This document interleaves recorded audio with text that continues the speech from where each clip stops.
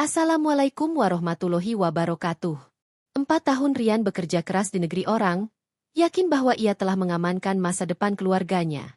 Namun, saat kembali, bukannya senyuman hangat yang menyambutnya, ia menemukan istri dan anaknya mengemis di pinggir jalan. Di balik semua itu, tersimpan pengkhianatan yang dilakukan oleh orang yang paling ia percayai, ibunya sendiri.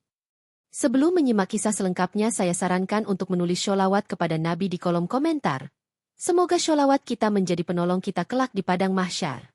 Like dan subscribe channel ini sangat membantu menyebarkan kisah yang penuh hikmah ini dan semoga menjadi amal jariah.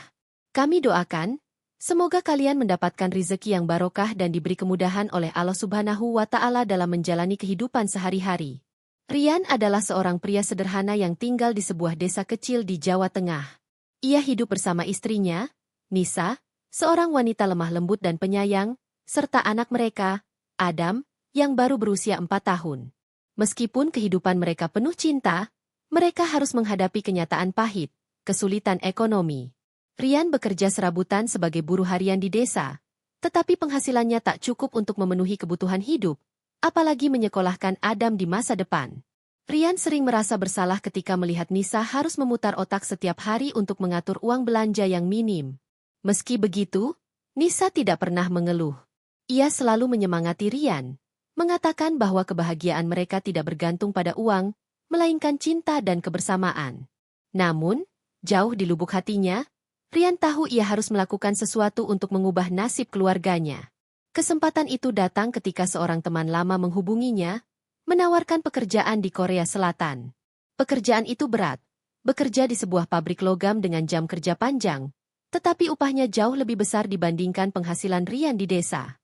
Dengan uang itu, ia bisa membayar utang, membangun rumah, dan menyekolahkan Adam hingga perguruan tinggi. Tawaran ini adalah peluang besar yang tidak bisa ia abaikan. Namun, keputusan ini bukan tanpa risiko. Untuk menerima pekerjaan itu, Rian harus meninggalkan keluarganya selama bertahun-tahun. Ia tidak akan bisa melihat Adam tumbuh besar, atau menemani Nisa melewati suka dan duka sehari-hari. Bahkan, ia harus menyerahkan tanggung jawab finansial keluarganya kepada ibunya, Bu Lansih, yang tinggal di rumah yang sama. Malam sebelum keberangkatannya, Rian duduk bersama Nisa di beranda rumah mereka yang sederhana. Bintang-bintang bertaburan di langit, seakan menjadi saksi bisu perasaan yang berkecamuk di hati mereka. "Apakah aku egois karena meninggalkan kalian?" tanya Rian dengan suara bergetar. Nisa menggenggam tangan suaminya, menatapnya dengan mata yang mulai berkaca-kaca. "Tidak, Mas. Kamu melakukan ini untuk kita. Aku tahu ini berat, tapi aku percaya kamu akan selalu memikirkan kami, seperti kami selalu memikirkanmu. Aku akan menjaga Adam, dan kita akan menunggumu pulang." Rian memeluk Nisa erat-erat, seakan ingin mengingat setiap detil kehangatan itu sebelum mereka terpisah. Sementara itu, Adam yang belum sepenuhnya mengerti situasi hanya tertawa riang, mengira ayahnya akan pergi sebentar seperti biasa. Keesokan paginya, Rian berpamitan kepada keluarganya. Bu Lansih, ibunya, tampak meneteskan air mata, tetapi di balik wajah sedih itu, tersimpan ambisi yang tidak diketahui siapapun. Adiknya, Rina, berpura-pura antusias mendukung keputusan sang kakak. Padahal dalam hati ia sudah memikirkan cara untuk memanfaatkan situasi ini. Saat bus yang membawa Rian menuju bandara perlahan menjauh, Nisa memeluk Adam dengan erat. Hatinya penuh dengan doa, berharap keputusan Rian adalah awal dari kehidupan yang lebih baik. Di sisi lain, Rian menatap pemandangan dari balik jendela bus, bertekad untuk bekerja sekeras mungkin. Meski ia tahu, rasa rindu pada keluarganya akan menjadi tantangan terbesar dalam hidupnya. Namun, Rian tidak tahu bahwa keputusan ini akan membawa serangkaian kejadian tak terduga yang menghancurkan kebahagiaan keluarganya. Sebuah pengkhianatan dari orang-orang yang ia percaya, yang akan membuatnya bertanya-tanya apakah keputusannya meninggalkan mereka adalah sebuah kesalahan besar. Hari keberangkatan Rian semakin dekat. Dalam beberapa hari ke depan, ia akan meninggalkan desa kecil yang telah menjadi saksi perjalanan hidupnya bersama Nisa dan Adam. Meski hatinya diliputi keraguan dan rasa bersalah, Rian tahu ini adalah keputusan yang harus ia ambil. Masa depan keluarganya terlalu berharga untuk diabaikan. Malam sebelum keberangkatannya, Rian mengajak Nisa dan Adam berkumpul di ruang tengah rumah mereka yang sederhana. Sebuah lampu gantung tua menjadi satu-satunya sumber cahaya, memancarkan sinar hangat yang membuat suasana terasa lebih intim. Di atas meja kecil, ada sepiring singkong rebus yang mereka nikmati bersama. Sebuah tradisi sederhana yang selalu mereka lakukan untuk merayakan momen-momen penting. "Mas, aku sudah siapkan pakaian dan barang-barangmu," kata Nisa sambil menatap suaminya dengan senyuman yang penuh dukungan, meski hatinya terasa berat. Rian mengangguk pelan, lalu menggenggam tangan Nisa. Ia menatap mata istrinya dalam-dalam, mencari kekuatan di balik tatapan penuh cinta itu. "Nisa, aku tahu ini tidak akan mudah. Tapi aku ingin kamu percaya. Apapun yang terjadi, aku melakukan ini demi kamu dan Adam." Nisa tersenyum tipis, meskipun air mata mulai menggenang di matanya. "Aku percaya, Mas. Aku tahu kamu selalu memikirkan kami." Rian mengalihkan pandangannya ke Adam, yang sedang bermain dengan mainan kayunya di sudut ruangan. Anak itu begitu ceria, belum memahami sepenuhnya apa arti kepergian ayahnya. Rian mendekati Adam, mengangkatnya ke pangkuannya, dan memandang wajah kecil itu dengan perasaan campur aduk. "Adam, besok ayah harus pergi bekerja di tempat yang jauh. Kamu harus jadi anak yang kuat, ya? Dengar kata-kata ibu, belajar yang rajin, dan jangan nakal," ucap Rian lembut. Adam mengangguk polos, sambil memeluk leher ayahnya. "Ayah mau pergi beli mainan di tempat jauh, ya?" tanyanya dengan wajah penuh harap.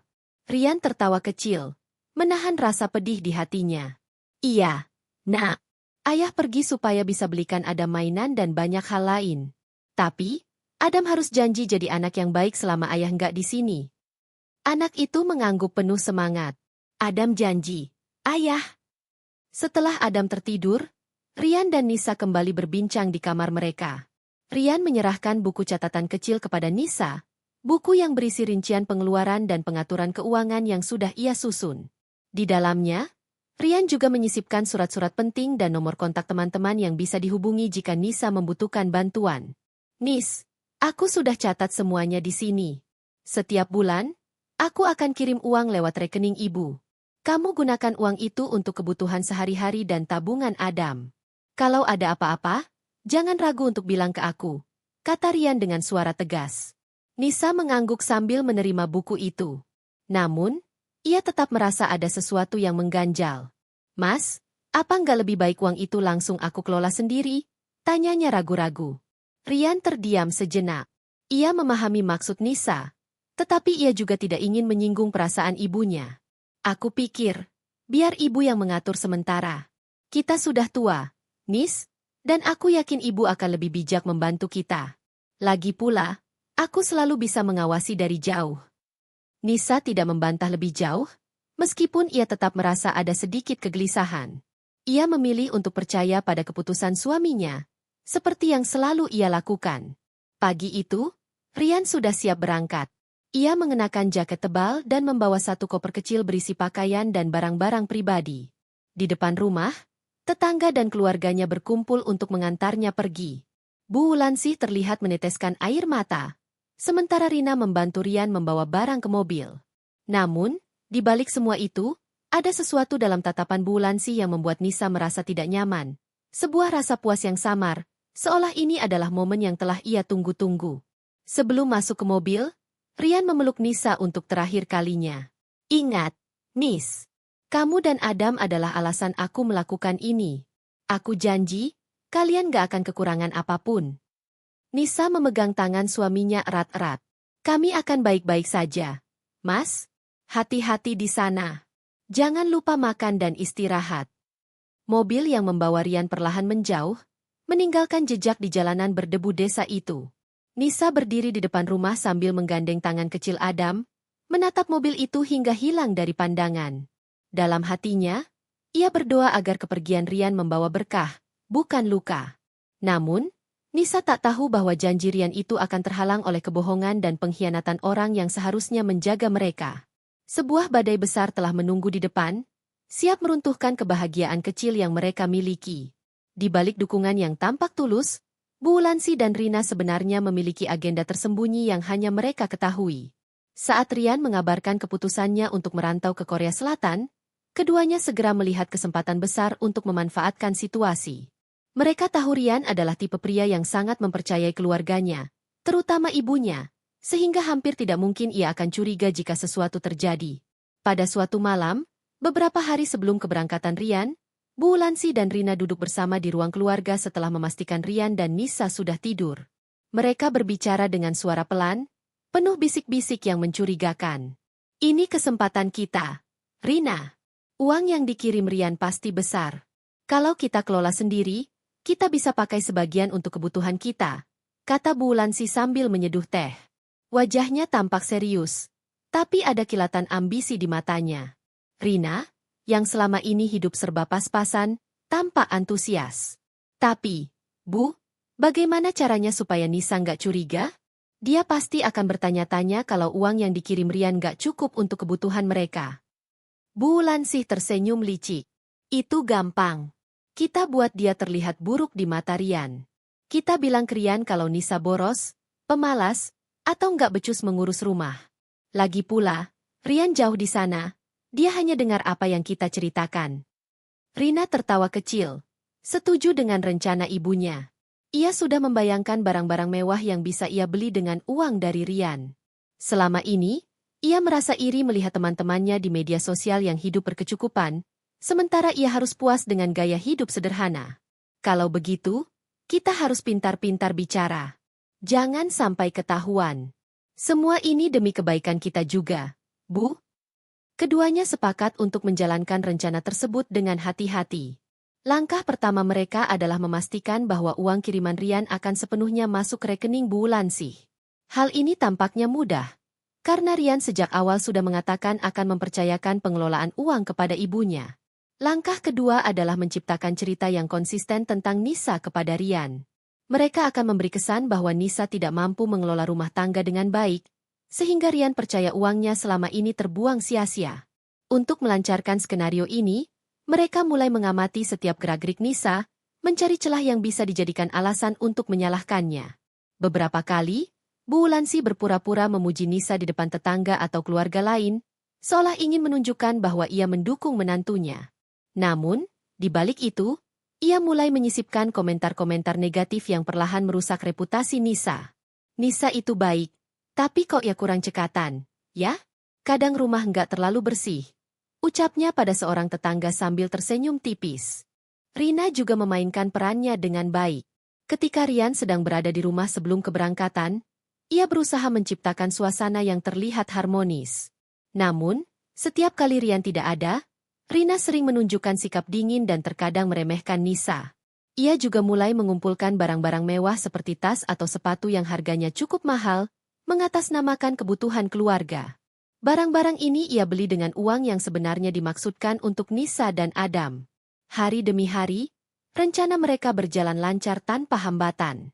Rian yang sibuk bekerja di Korea Selatan tidak memiliki alasan untuk meragukan cerita yang disampaikan oleh ibunya dan adiknya.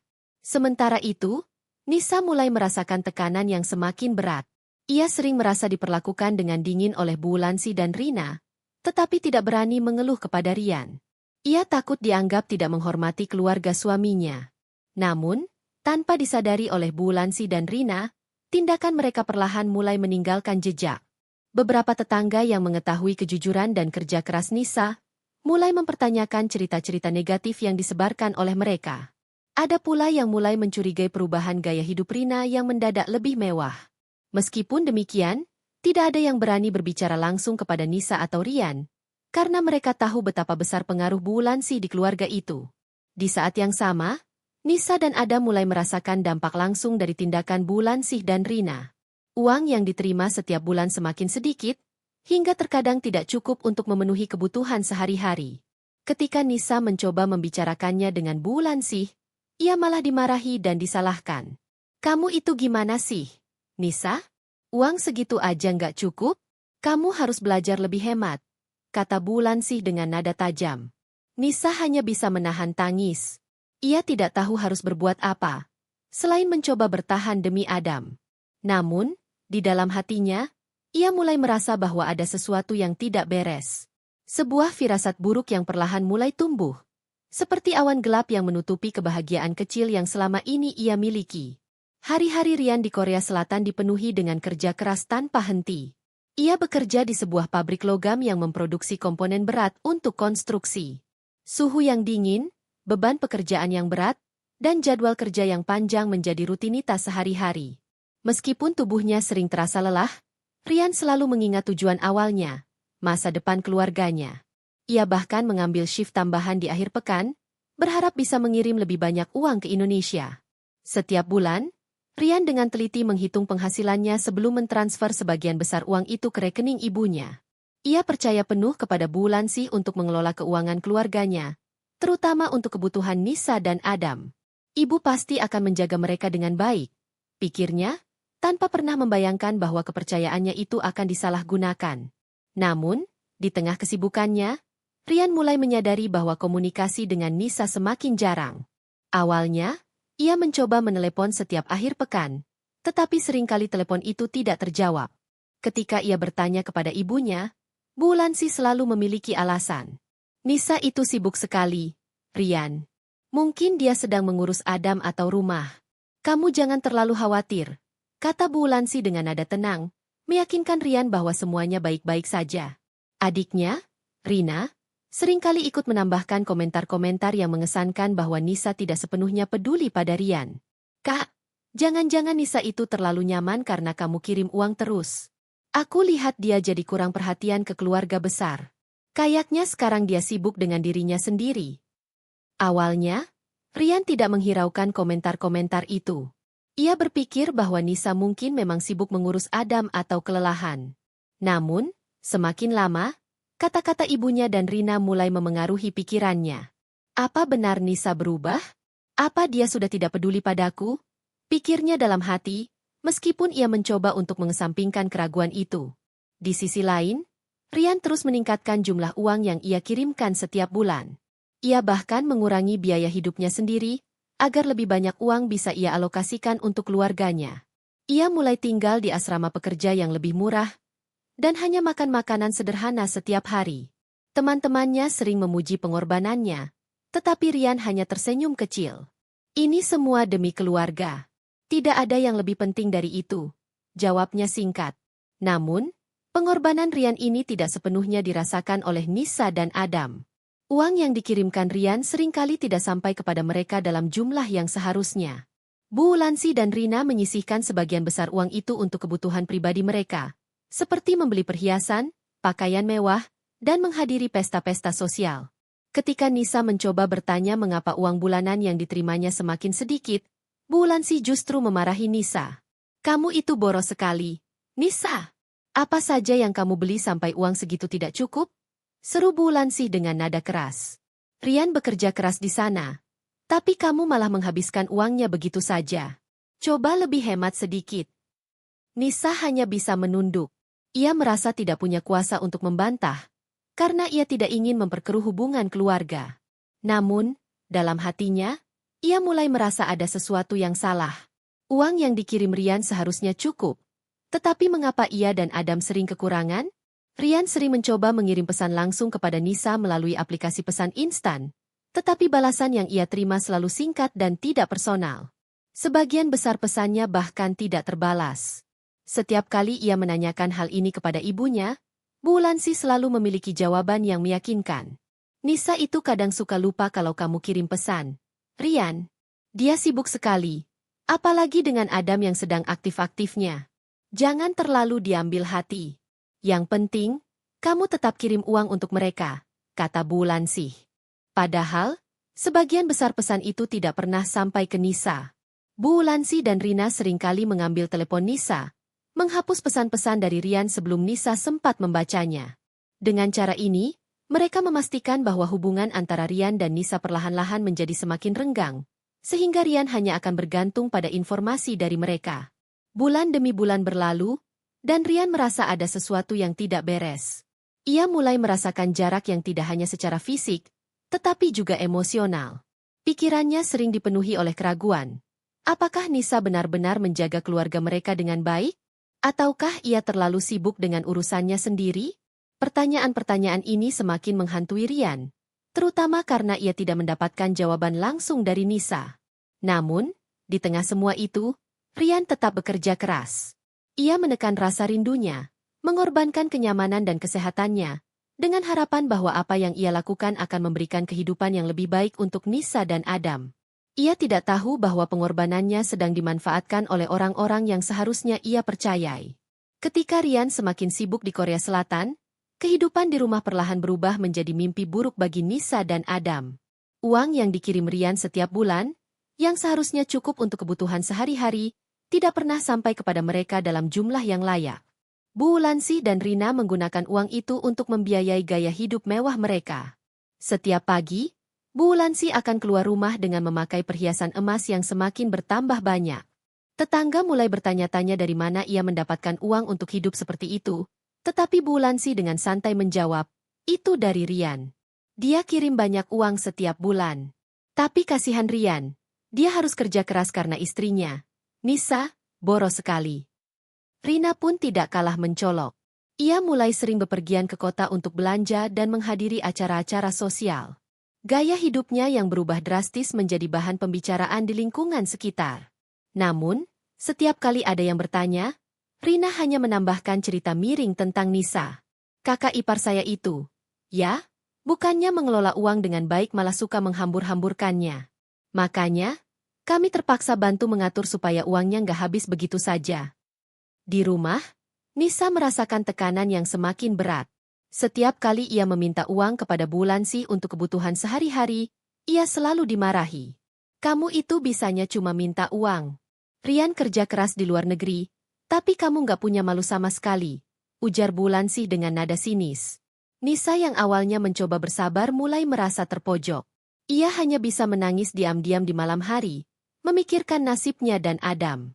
Ia tahu ada sesuatu yang tidak beres. Tetapi ia tidak tahu bagaimana cara menghubungi Ryan dan menjelaskan apa yang sebenarnya terjadi. Teleponnya seringkali disita oleh Rina dengan alasan bahwa ia tidak pantas menghubungi Ryan terlalu sering. Adam, yang masih kecil, juga merasakan dampaknya. Ia sering melihat ibunya menangis, tetapi tidak bisa berbuat banyak. Anak itu hanya bisa memeluk ibunya dan bertanya, "Ibu, kenapa ibu sedih? Ayah kapan pulang?" Pertanyaan-pertanyaan itu semakin membuat hati Nisa hancur. Keadaan memuncak pada suatu sore. Setelah kembali dari pesta pernikahan seorang kenalan, Bu Wulansi dan Rina merasa semakin tidak tahan melihat Nisa dan Adam di rumah mereka. Menurut mereka, keberadaan Nisa dan Adam hanya menjadi penghalang untuk menikmati uang yang dikirim Ryan. Akhirnya, mereka merencanakan sesuatu yang lebih kejam. Tanpa memberi peringatan, Bu Wulansi memanggil Nisa ke ruang tamu. Dengan wajah dingin, ia berkata, "Nisa, mulai besok kamu dan Adam harus keluar dari rumah ini. Kami sudah cukup bersabar selama ini, tapi kamu cuma jadi beban. Ryan gak akan keberatan kalau kamu pergi, karena dia juga tahu kamu gak bisa mengurus keluarga." Nisa terkejut. Ia tidak menyangka bahwa ibu mertuanya akan mengatakan hal seperti itu. Dengan suara bergetar, ia mencoba membela diri. "Bu, saya gak pernah mau jadi beban. Saya cuma berusaha bertahan demi Adam. Kalau ada yang salah, mohon beritahu saya." Namun, Rina menambahkan dengan nada tajam, "Salah kamu adalah kamu malas dan gak tahu diri. Kamu cuma tahu minta uang dari Ryan tanpa peduli dia kerja keras di sana. Kami gak mau terus-menerus jadi korban karena kamu." Air mata Nisa mengalir deras. Ia tahu percuma berdebat, karena segala penjelasan hanya akan dianggap sebagai alasan. Ia akhirnya membawa Adam keluar dari rumah itu, hanya dengan beberapa pakaian dan barang-barang yang ia sempat kemas dalam tas kecil.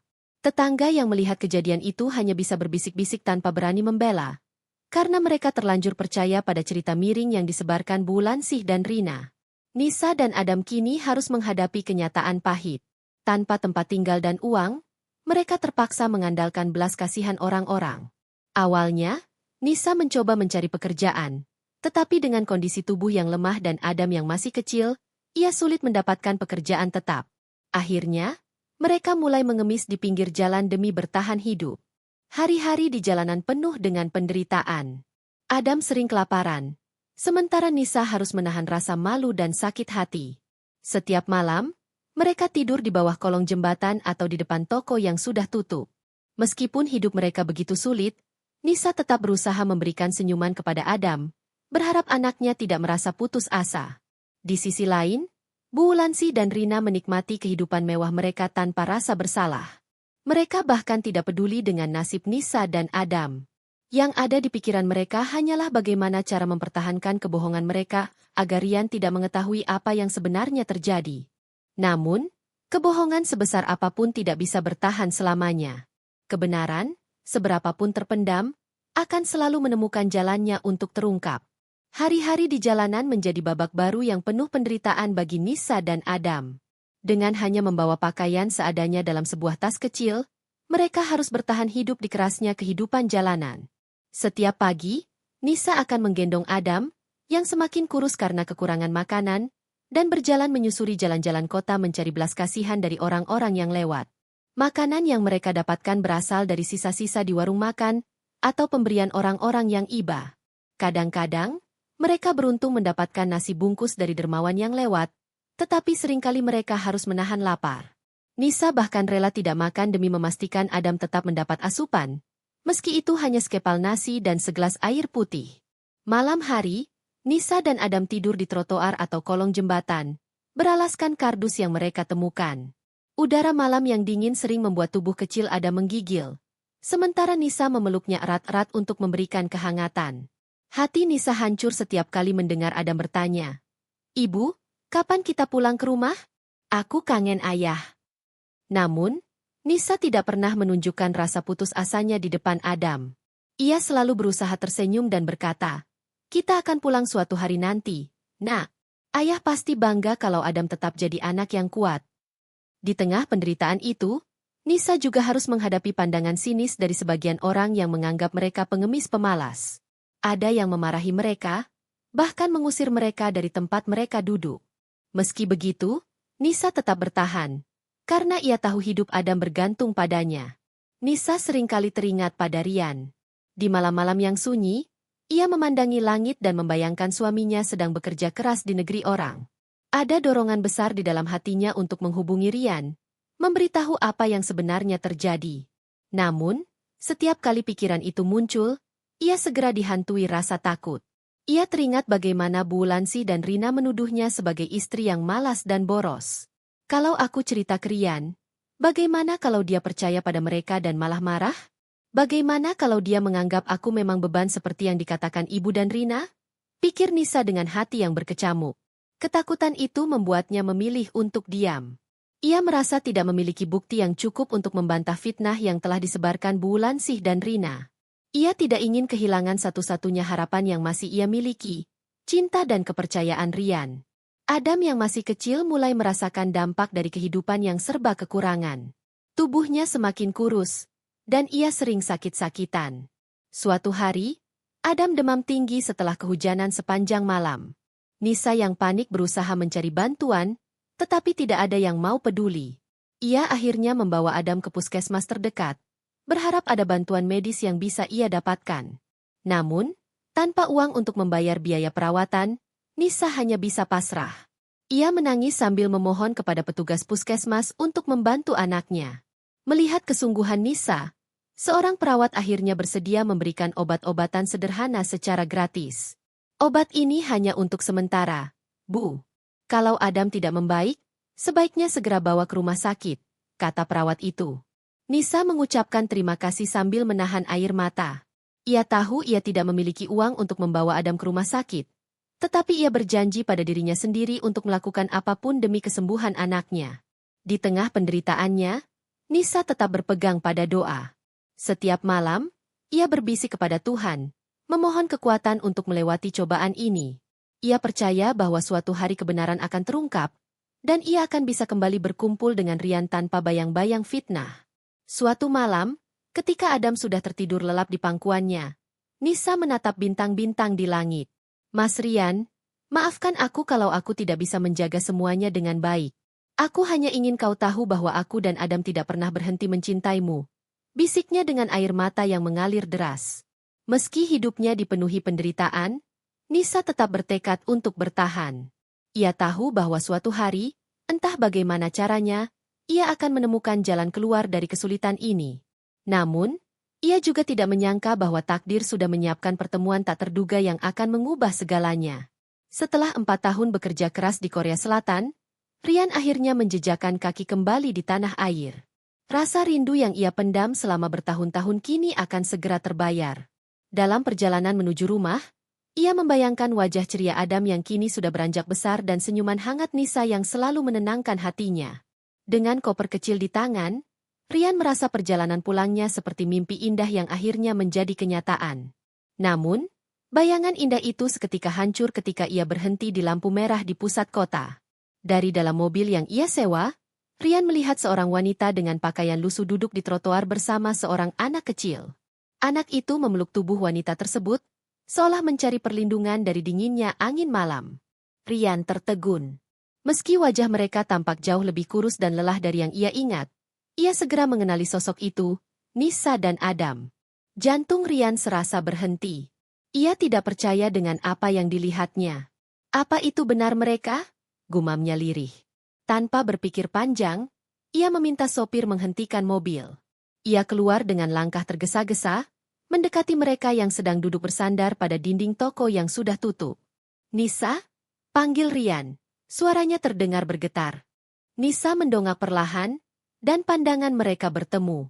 Mata Nisa membelalak, seolah tidak percaya bahwa pria yang berdiri di depannya adalah suaminya. Bibirnya terbuka, tetapi tidak ada kata-kata yang keluar. Rasa malu dan takut menyelimuti dirinya. Adam, yang duduk di sampingnya, melihat ke arah pria asing itu dengan mata polos yang penuh keheranan. Rian berlutut di hadapan mereka, memperhatikan wajah Nisa yang dipenuhi kelelahan dan tubuh Adam yang begitu kurus, hingga tulang-tulangnya terlihat jelas. Apa yang terjadi? Kenapa kalian di sini? Tanyanya dengan nada cemas dan penuh keterkejutan.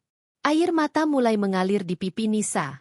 Ia mencoba berbicara, tetapi tangisnya terlalu kuat hingga suaranya terhenti di tenggorokan. Ia menundukkan kepala, tak sanggup menatap suaminya.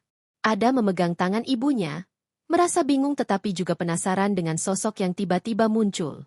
Nisa, jawab aku, desak Rian, kali ini lebih tegas. Ia tidak bisa menahan rasa cemas yang semakin membuncah di dadanya. Nisa akhirnya mengangkat wajahnya, menatap Rian dengan mata yang basah.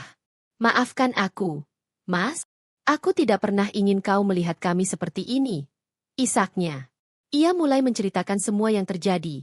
Bagaimana Bu Lansi dan Rina menggunakan uang kiriman Rian untuk hidup mewah. Bagaimana mereka memfitnahnya, dan akhirnya mengusirnya dan Adam dari rumah. Setiap kata yang keluar dari mulut Nisa seperti belati yang menusuk hati Rian. Ia mendengarkan dengan rahang yang mengeras, tangannya terkepal erat di sisi tubuhnya. Amarah dan rasa bersalah bercampur menjadi satu. Ia tidak pernah membayangkan bahwa orang-orang yang ia percaya sepenuhnya akan menghancurkan keluarganya seperti ini. Kenapa kamu tidak menghubungiku? Kenapa kamu diam saja selama ini? Tanya Rian, suaranya terdengar lirih namun penuh emosi.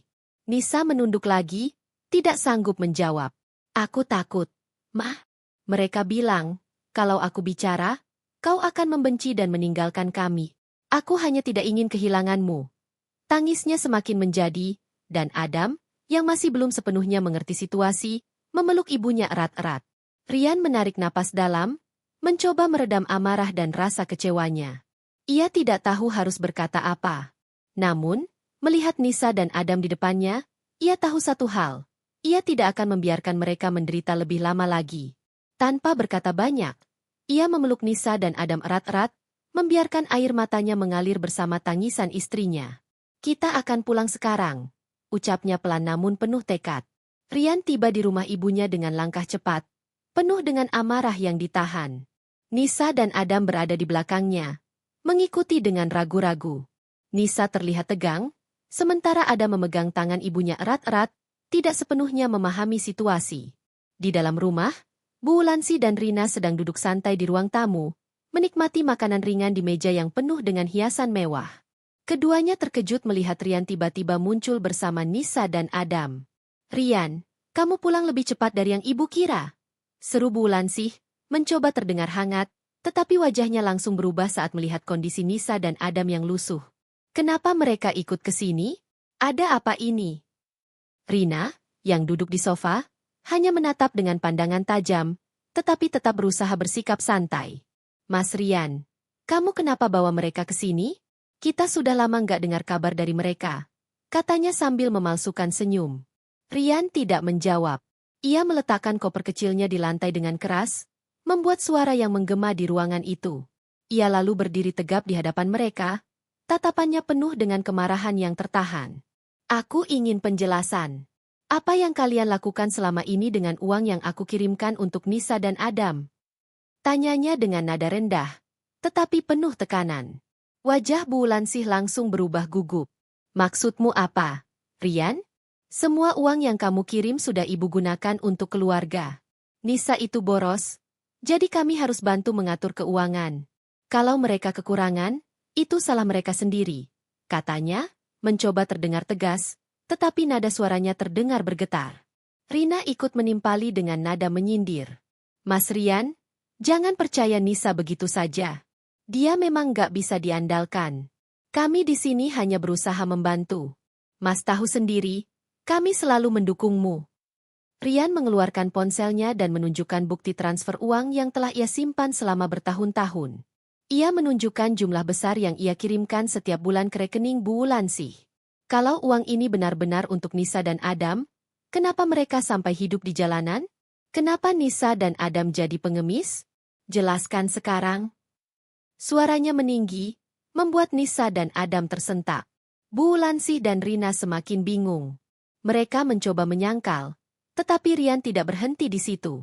Aku sudah bicara dengan beberapa tetangga. Mereka bilang ibu dan Rina sering membeli barang-barang mahal, liburan, dan menghadiri pesta-pesta. Apa ini cara kalian menggunakan uangku? Sementara anakku kelaparan di jalan? Rina mulai kehilangan kendali. Rian, itu semua nggak benar. Mereka yang malas, makanya hidup seperti itu. Kamu tahu, Nisa cuma bikin masalah, dan kita harus bertahan di sini dengan keadaan sulit. Katanya dengan nada tinggi, tetapi wajahnya memerah karena panik. Namun, Rian tidak mendengarkan lagi. Ia menunjukkan pesan-pesan dari tetangga yang menceritakan bagaimana Nisa dan Adam diusir dari rumah. Ia juga menyebutkan barang-barang mewah yang sering dilihat tetangga di rumah itu. Perhiasan, tas mahal, hingga perabotan baru. Semua bukti itu terlalu jelas untuk disangkal. Melihat kebohongannya terbongkar, Bu Wulansih akhirnya menangis, mencoba mencari simpati dari Rian. Rian, maafkan ibu. Ibu hanya ingin hidup lebih baik. Ibu nggak pernah bermaksud menyakiti Nisa atau Adam. Ibu pikir mereka masih bisa bertahan. Suaranya terputus, tetapi air matanya tidak cukup untuk melunakkan hati Rian. Rian menghela napas panjang, mencoba menahan amarahnya yang hampir meledak. Ia menatap ibunya dan adiknya dengan pandangan penuh kekecewaan. Ibu, aku bekerja keras selama 4 tahun, bukan untuk ini. Aku tidak peduli jika ibu ingin hidup lebih baik, tapi bukan dengan cara menghancurkan keluargaku. Bu Wulansih menangis semakin keras, sementara Rina hanya menunduk, tidak bisa berkata apa-apa lagi. Aku tidak akan melaporkan kalian, bukan karena aku memaafkan, tapi karena aku tidak mau anakku hidup dengan bayangan dendam. Tapi mulai hari ini, aku memutuskan hubungan dengan kalian. Pernyataan itu membuat ruangan terasa hening. Rian menarik napas dalam-dalam dan melanjutkan, aku akan membawa Nisa dan Adam pergi dari sini. Kami tidak akan kembali. Jangan pernah mencoba menghubungi kami lagi.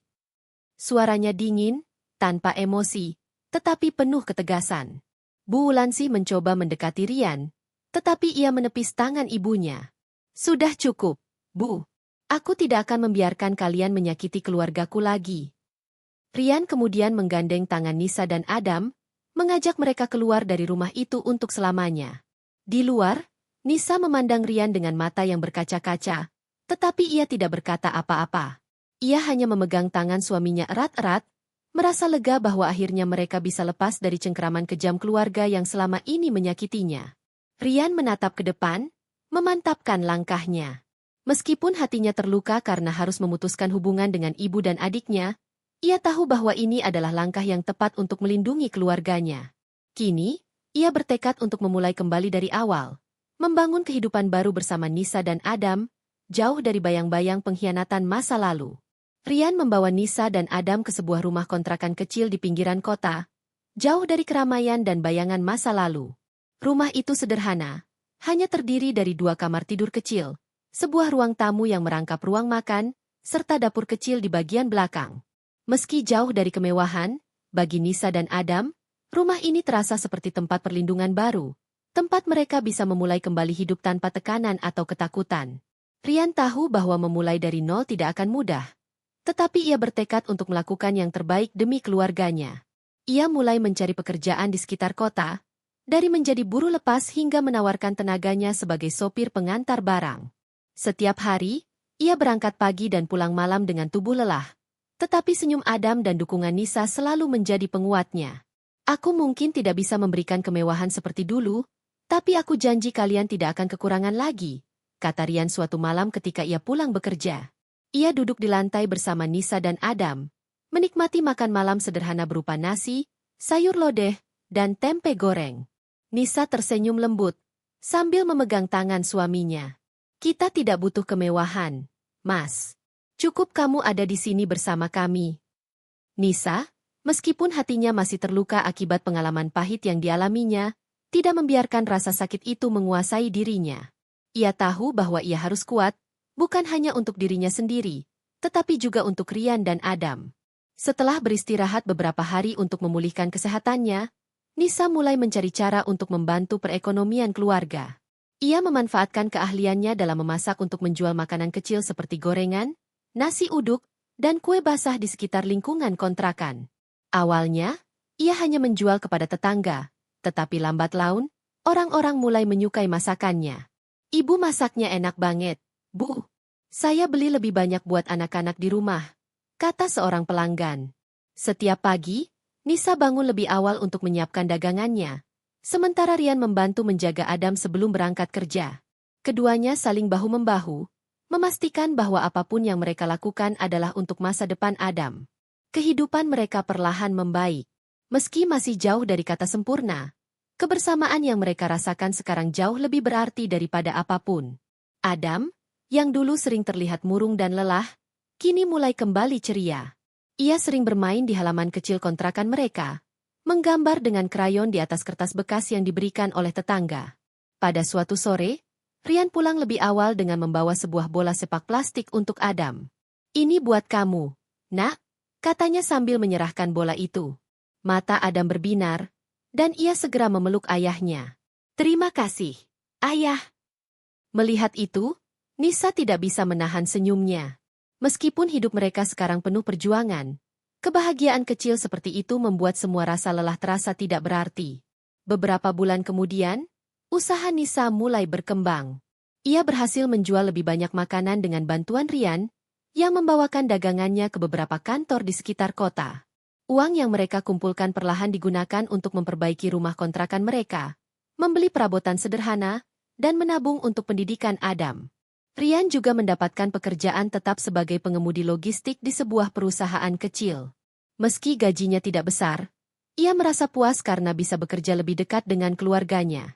Di sela-sela kesibukan, Rian sering menghabiskan waktu bersama Nisa dan Adam, baik dengan berjalan-jalan di taman atau sekadar duduk bersama di teras rumah, menikmati teh hangat sambil berbincang. Kita sudah melewati banyak hal, Nis, kata Rian suatu malam saat mereka duduk di depan rumah, memandang bintang di langit. Aku bersyukur, kita masih bisa bersama. Aku janji, aku akan terus berjuang untuk kalian. Nisa menggenggam tangan Rian erat-erat. Aku percaya, Mas. Selama kita bersama, kita pasti bisa melewati apapun. Tahun-tahun berikutnya menjadi perjalanan penuh pembelajaran bagi keluarga kecil itu. Adam tumbuh menjadi anak yang cerdas dan ceria, sementara Rian dan Nisa terus bekerja keras untuk memberikan yang terbaik bagi putra mereka. Meskipun luka masa lalu tidak sepenuhnya hilang, mereka belajar untuk tidak lagi hidup dalam bayang-bayangnya. Kebahagiaan sederhana yang mereka temukan dalam kebersamaan menjadi bukti bahwa keluarga bukanlah tentang seberapa banyak yang dimiliki, tetapi seberapa kuat mereka bertahan menghadapi badai bersama. Di kontrakan kecil yang kini terasa seperti rumah, keluarga Rian memulai hidup baru dengan penuh harapan. Dan kali ini, mereka tahu bahwa tidak ada lagi yang bisa memisahkan mereka.